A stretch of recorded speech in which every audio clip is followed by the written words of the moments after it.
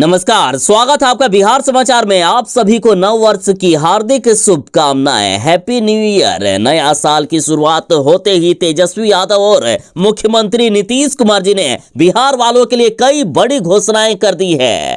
एक तरफ जहां बिहार में लाखों पदों पर सरकारी नौकरी निकाल दी गई है, तो वहीं बिहार में कई कड़े नियम भी लागू किए गए। तो आज की बिहार की महत्वपूर्ण खबरों पर बात करेंगे। इससे पहले आपसे एक छोटी सी अनुरोध है, कृपया वीडियो को एक प्यारा सा लाइक अवश्य कर दीजिएगा। आपका लाइक करना ही हमारी मेहनत का फल होता है।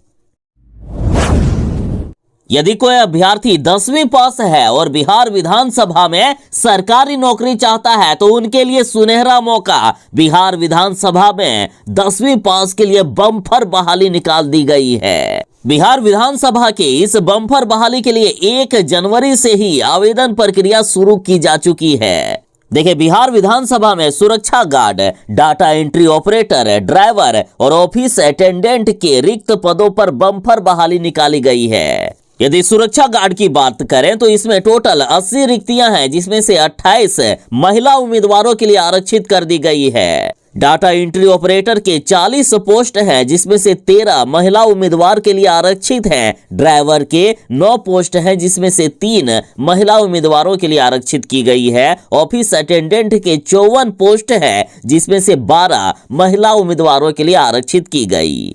तो जो उम्मीदवार जो 10वीं या 12वीं पास हैं और आवेदन करना चाहते हैं, वे आधिकारिक वेबसाइट विधानसभा.bih.nic.in पर जाकर आवेदन कर सकते हैं। 1 जनवरी 2024 से आवेदन प्रक्रिया शुरू हो चुकी है, जो कि 21 जनवरी 2024 तक चलेगी।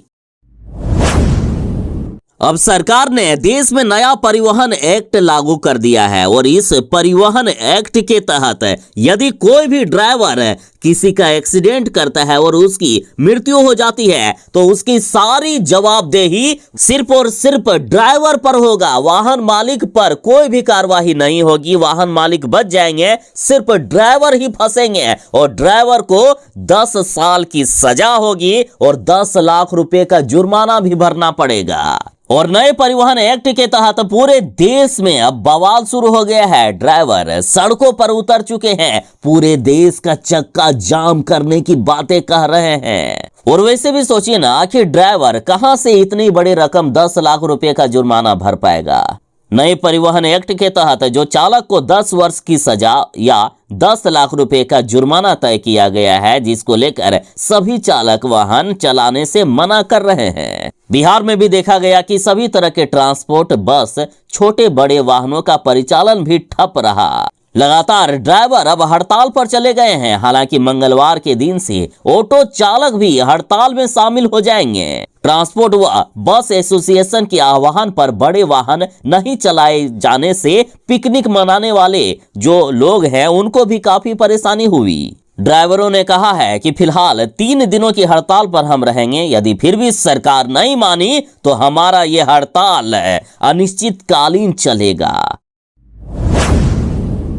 शिक्षा विभाग के अपर मुख्य सचिव के पाठक जी ने जो बड़ी घोषणा कर दी है कि अब हर साल शिक्षकों की बहाली होगी। और इसी बीच बड़ी खबर आ रही है, देखिए, शिक्षक अभ्यर्थियों को नए साल का तोहफा दे दिया गया। बीपीएससी परीक्षा कैलेंडर 2024 जारी हो गया है। प्रधान शिक्षक के 40,506 पदों पर बम्पर भर्ती होगी। शिक्षक नियुक्ति परीक्षा 24 अगस्त 2024 को होने वाली है और शिक्षक बहाली के इस परीक्षा का रिजल्ट 24 सितंबर को जारी कर दिया जाएगा। बीपीएससी ने कैलेंडर के माध्यम से यह भी बता दिया है कि शिक्षक नियुक्ति परीक्षा अब हर साल 24 अगस्त को आयोजित की जाएगी। वहीं शिक्षक नियुक्ति परीक्षा के तीसरे चरण में कितने पदों पर भर्ती होगी, इस बात की जानकारी अभी नहीं है। वहीं इस वर्ष 40,506 प्रधान शिक्षक की नियुक्ति के लिए भी बीपीएससी की परीक्षा की तिथि घोषित कर दी गई। ये प्रधान शिक्षक की बहाली हो रही है, बाकी अन्य भी वर्ग के शिक्षकों की भी बहाली की जाएगी। पूरी राजद पार्टी, पूरी राजद के कार्यकर्ता यही चाहते हैं कि मुख्यमंत्री नीतीश कुमार जी नए साल में सीएम के पद को छोड़ दे, सीएम के पद से इस्तीफा दे दे और तेजस्वी यादव को मुख्यमंत्री बना दे। देखिए बड़ी खबर है, नए साल में तेजस्वी यादव बने बिहार के मुख्यमंत्री। राबड़ी आवास पर जुटे आरजेडी कार्यकर्ताओं की यही चाहत रही, यानी नीतीश कुमार जी नए साल में बिहार के मुख्यमंत्री पद से हट जाए, यही आरजेडी कार्यकर्ता चाह रहे हैं। देखिए नए साल 1 जनवरी को राबड़ी देवी जी का जन्मदिन भी है, इसलिए आरजेडी कार्यकर्ताओं का राबड़ी आवास पर जमावड़ा भी हुआ। लगभग सारे आरजेडी कार्यकर्ता यही चाहे कि तेजस्वी यादव को नए साल में मुख्यमंत्री बनाया जाए। साथ ही राबड़ी देवी जी ने गरीबों को कंबल बांटे, गरीबों को लेकर कई बड़ी घोषणाएं भी की गई। नए साल के पहले ही दिन भारत ने इतिहास रच के रख दिया है और पूरी दुनिया को चौंका कर रख दिया। अब भारत खगोलीय वेधशाला भेजने वाला दूसरा देश बन चुका है। एक्सपोसेट सैटेलाइट भारत ने नए साल के पहले ही दिन लॉन्च कर दिया। देखिए नए साल के पहले ही दिन भारत ने इतिहास रचने का काम किया। इसरो एक्सपोसेट लॉन्च हो गया है। ये सैटेलाइट ब्लैक होल और न्यूट्रॉन तारों का अध्ययन करेगा। भारतीय अंतरिक्ष विभाग के चंद्रयान 3 और आदित्य L1 मिशन के बाद ये देश के अंतरिक्ष अन्वेषण की दिशा में अगला ऐतिहासिक कदम है। पीएम मोदी ने सफल प्रशिक्षण की सराहना करते हुए कहा कि इससे अंतरिक्ष क्षेत्र में भारत का कौशल बढ़ेगा। जो सार्वजनिक वाहन चलाते हैं ऐसे बस मालिक जरा सावधान हो जाएं। जो इमरजेंसी बटन अपने बस में नहीं लगवाए हैं उनके बस को जब्त किया जा रहा है। देखिए बड़ी खबर है, इमरजेंसी बटन नहीं लगाने वाले सार्वजनिक वाहनों की धर पकड़ शुरू हो चुकी है। अब तक 93 वाहनों का परमिट रद्द किया जा चुका है। देखिए सार्वजनिक परिवहन की गाड़ियों में व्हीकल लोकेशन ट्रैकिंग डिवाइस एवं इमरजेंसी बटन लगाने का निर्णय लिया गया, लेकिन अब तक मात्र 2765 गाड़ियों में ये बटन लग पाया है। साथ ही 93 ऐसे बसों का परमिट भी रोक दिया गया जिसमें ये सिस्टम नहीं लगा हुआ था। 1 जनवरी 2024 से इसको लेकर सार्वजनिक वाहनों की धड़ पकड़ शुरू हो गई है। इस वजह से बड़ी संख्या में ट्रक और बस अब सड़क से गायब हो गए। विभाग ने सभी गाड़ियों में ये बटन नहीं लगा हुआ है जहां उसको प्रदूषण प्रमाण पत्र नहीं बनाने और रजिस्ट्रेशन पर पूर्णतः रोक लगा दी है। यानी जिसमें इमरजेंसी बटन नहीं लगा है ना, उनका अब प्रदूषण प्रमाण पत्र भी नहीं बनेगा, उनका रजिस्ट्रेशन भी कैंसिल कर दिया गया। और जो भी प्रदूषण सेंटर ऐसे बसों का प्रमाण पत्र बनाएगा वैसे सभी सेंटरों पर भी कार्रवाई करते हुए उनका भी लाइसेंस रद्द कर दिया जाएगा।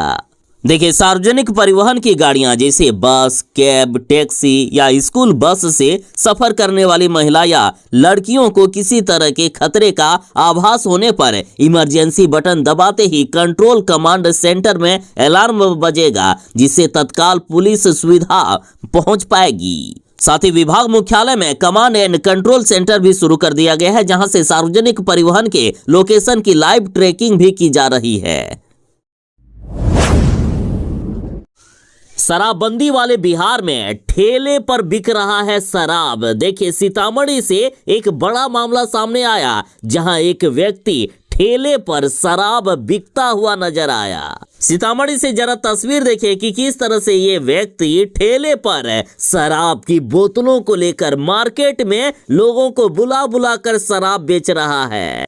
सीतामढ़ी में ठेले पर शराब बेचे जाने का वीडियो वायरल होने के बाद पुलिस ने शराब तस्कर को तुरंत ही पकड़ लिया। मामला बेरगनिया थाना क्षेत्र के पटेल चौक का है। ये शराब बेचने वाला व्यक्ति खुलेआम पटेल चौक पर ठेले पर दारू बेच रहा था। ये तस्वीरें उस बिहार की है जहां शराबबंदी कानून पिछले कई सालों से लागू है। और वैसे भी बीजेपी वाले हमेशा यही कहते हैं कि बिहार में शराब की होम डिलीवरी हो रही है। और इस वीडियो के आने के बाद बीजेपी ने फिर से नीतीश कुमार जी के शराबबंदी पर सवाल उठाते हुए कहा है कि इस नौटंकी वाली शराबबंदी को बंद कीजिए नीतीश कुमार जी। हमारे प्रदेश के माननीय मुख्यमंत्री नीतीश कुमार जी के पास आखिर कितनी संपत्ति है, इसका मुख्यमंत्री जी ने ब्यौरा दिया है। देखिए, साल 2023 के अंतिम दिन मुख्यमंत्री नीतीश कुमार और उनके मंत्रियों ने अपनी संपत्ति का ब्यौरा सार्वजनिक कर दिया है, जिसके अनुसार मुख्यमंत्री नीतीश कुमार जी के पास कुल चल संपत्ति 16,84,632 रुपए का है। साथ ही मुख्यमंत्री नीतीश कुमार के पास कैश में 22,552 रुपए हैं। इसके अलावा उनके पास फोर्ड का इको स्पोर्ट कार है, जिसकी कीमत 11,32,753 रुपए है। ज्वेलरी 1,28,000 रुपया की है। नीतीश कुमार के पास कुल चल संपत्ति 16,84,632 रुपए, जिसकी हमने पहले ही बात कर ली। वहीं अचल संपत्ति की बात करें तो नीतीश कुमार के नाम पर ना तो कृषि योग्य भूमि है और ना ही गैर कृषि योग्य भूमि है। कॉमर्शियल बिल्डिंग भी मुख्यमंत्री नीतीश कुमार के पास नहीं है। साथ ही दिल्ली के द्वारक में मुख्यमंत्री जी का एक फ्लैट है, जिसे 2004 में इन्होंने 13,78,330 में खरीदा था। वर्तमान में इसका मार्केट वैल्यू 1,48,00,000 रुपए है। साथ ही मुख्यमंत्री जी के पास 13 गाय और 10 बछड़ा भी है। अब बिहार वालों को कैंसर के इलाज के लिए नहीं जाना होगा बाहर। दरभंगा के डीएमसीएच में शुरू हो गई है कैंसर क्लिनिक सेवा। देखिए, राज्य स्वास्थ्य समिति, होमी भाभा कैंसर अस्पताल व अनुसंधान केंद्र मुजफ्फरपुर के संयुक्त तत्वाधान में डीएमसीएच में कैंसर क्लिनिक की स्थापना की गई है। इसे डीएमसीएच के कैंसर वार्ड के बगल में ही बनाया गया। अब तिरहुत, दरभंगा और कोसी प्रमंडल सहित नेपाल के तराई इलाकों के लोगों को अब कैंसर के इलाज के लिए व तत्काल जांच रिपोर्ट के लिए बाहर नहीं जाना होगा। साथ ही कई महत्वपूर्ण जांच के लिए भी अब लंबा इंतजार नहीं करना होगा। इसमें जांच के लिए अत्याधुनिक मशीनें लगाई गई है। कैंसर सेवा केंद्र में कई प्रकार की सुविधा उपलब्ध की गई है। इसमें डे केयर, ब्रेस्ट व सर्वाइकल कैंसर की screening, biopsy test, FNAC, medical और सर्जिकल ऑन्को एक्सपर्ट के अलावा ऑन्कोलॉजी कंसल्टेंट के साथ वीडियो सुविधा उपलब्ध है। आने वाले दिनों में पॉलिएटेड केयर, अंको सर्जरी व हिस्टोपैथो सुविधा भी शुरू की जाएगी, ताकि किसी भी मरीज का इलाज किया जा सके। इस केंद्र के खुलने से सबसे अधिक लाभ ये होगा कि अब जांच रिपोर्ट जल्द मिल जाएगा।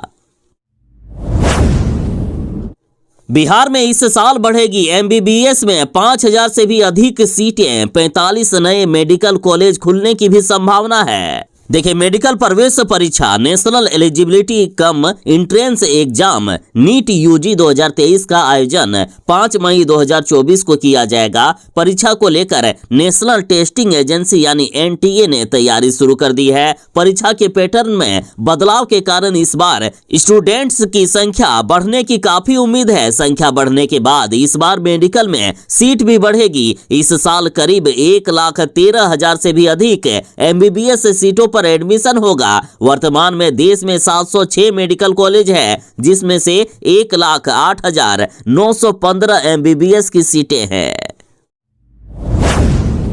22 जनवरी को राम मंदिर का प्राण प्रतिष्ठा हो रहा है और इधर बिहार में राम मंदिर की प्राण प्रतिष्ठा को लेकर 22 जनवरी को देश भर में दिवाली मनाने का आह्वान पीएम नरेंद्र मोदी जी ने किया है। और इसी को लेकर जब लालू यादव के बड़े बेटे तेज प्रताप यादव से पत्रकारों ने पूछा कि इस बारे में आपका क्या कहना है, तो तेज प्रताप यादव ने कहा है कि भगवान राम का आगमन तभी होगा जब केंद्र में इंडिया गठबंधन का पताका फहराएगा।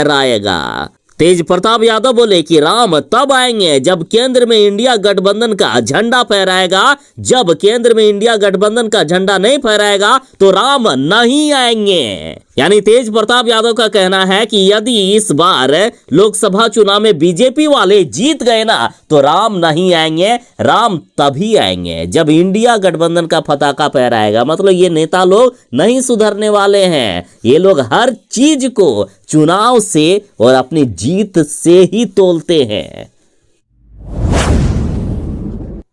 शायद ऐसा नियम देश के हर मंदिर में लगा देना चाहिए। देखिए, जगन्नाथ मंदिर में फटी जीन्स, स्कर्ट और निकर पहनने वाले श्रद्धालु नहीं जा पाएंगे मंदिर। देखिए, उड़ीसा के जगन्नाथ मंदिर को लेकर बड़ी खबर आ रही है। उड़ीसा के जगन्नाथ मंदिर में अब नए नियम के अनुसार निकर, फटी जींस, स्कर्ट और बिना आस्तीन वाले कपड़े पहनने वाले श्रद्धालु दर्शन नहीं कर सकेंगे। मंदिर प्रशासन ने ड्रेस कोड अनिवार्य कर दिया है। साथ ही जगन्नाथ पुरी में नए साल से अब मंदिर परिसर में गुटखा और पान खाने तथा प्लास्टिक और पॉलीथीन का इस्तेमाल करने पर भी पूर्ण रोक लगा दी है।